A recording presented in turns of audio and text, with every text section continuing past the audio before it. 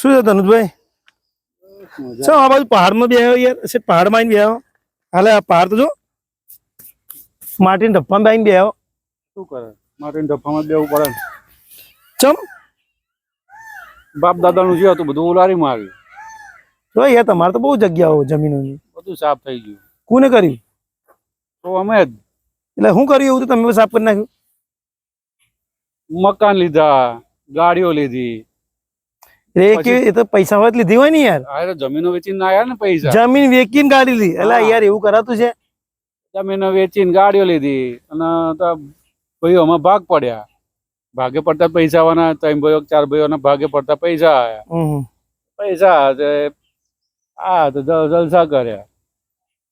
Fortuner લીધી, બંગલો બનાવ્યો. વાહ વાહ વાહ ભાઈ વાહ. આમ ફરવા ગયા. છો કે ના? શું કહેવાય થાઈલેન્ડ ને એ બાજુ. થાઈલેન્ડ ની મજા કરી આયા ને? હવે મજા નીકળી ગઈ ને? પણ મજા નીકળી ને ડુંગરા જો ભાઈ હવે મારા તો ના કહેવાય પણ એક વસ્તુ જે આપડા ગહેરા હતા ને એ જમીન જમ રાખતા હતા ખબર કે મારા જે છોકરાઓ હોય ને છોકરાઓ કાલ તકલીફ ના આવે. જમીન હોય તો ખેતી કરીને ખાય ગમે તે. હવે તમે તો એવું કર્યું હોય જે બિચારા રાખી હતી જે 25 વીઘા એ વેચી મારી ગાડીઓ લાવીને ફળ્યા નડ્યા ને તારે માટી માં બે આવો.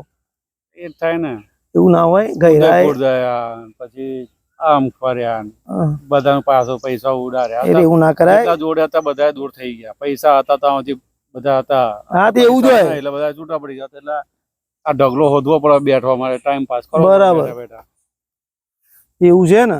પણ યાર હવે હું જે તમારા 4-5 વીઘા ભર્યા ને એ હાચવી રાખો અને ખેતી ચાલુ કરો. 4 વીઘા પેલા પડ્યા હતા 4 વીઘા વેચી માર્યું. હું પત્તા રગડો એ ચારે પતાવી દીધા? બધું પતાવી દીધું. તું તો હવે તો યાર તમારી પરિસ્થિતિમાં કોઈ ફેર પડે એવો લાગતો નહીં. જે હતું એ વીઘા જ છે. ના હવે વધી ઘટીને એક બંગલો બનાવેલો પડે એ પ્રોપર્ટી છે આપડી. બસ. અને ગાડીઓ 2 હતી? એ ગાડીઓ પણ ગાડીઓમાં નાખો તાર હાલે ને. એના માટે પૈસા જોઈએ ને. પૈસા જોઈએ. વિચારું વાત સાચી. કામ ધંધો એ વિચારું છું. વાત સાચી. શું કરું? નોકરી કરી શું કરવું? એ તો રોટલા ભેગા થઈએ તો પાછળની વસ્તી એ તો તમારે કોઈ કરવું પડે. લેખે લાગે ને તો હવે જે બાપાએ તો બહુ કર્યું હતું ભાઈ તમારા. તો તમે ઉડાડીમાં તમારા છોકરાઓ માટે શું કરશો? હું એમ કહું બંગલામાં છોકરા ખા હું એ તો ખેતી હોય તો કોઈ વાવેતર કરત તો વર્ષના ઘઉં તો નહીં કરત.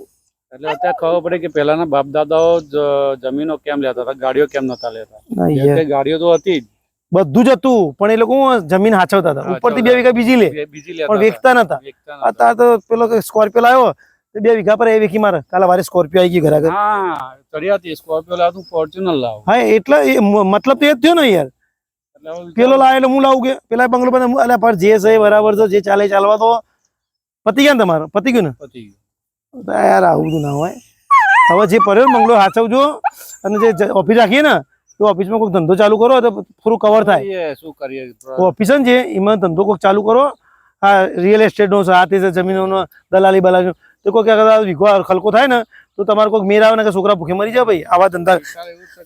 પૈસા હાલે બીજો જમીનનો વીઘો લઈને મૂકી રાખ. હા બસ એ જ કરજો, કારણ કે છોકરા જો હવે તમારો 3 છોકરા બરાબર શું કરવાનું કહો? 3 છોકરા એક બંગલા 3 છોકરા શું થાય? કેમ કે આગળ જતા એનું વેલ્યુ વધવાની છે. એક છોકરા તમારા 3 છોકરા હવે 3 છોકરા હવે તમે એક બંગલા 3 છોકરા લડી મરો ખબર પડે તમને?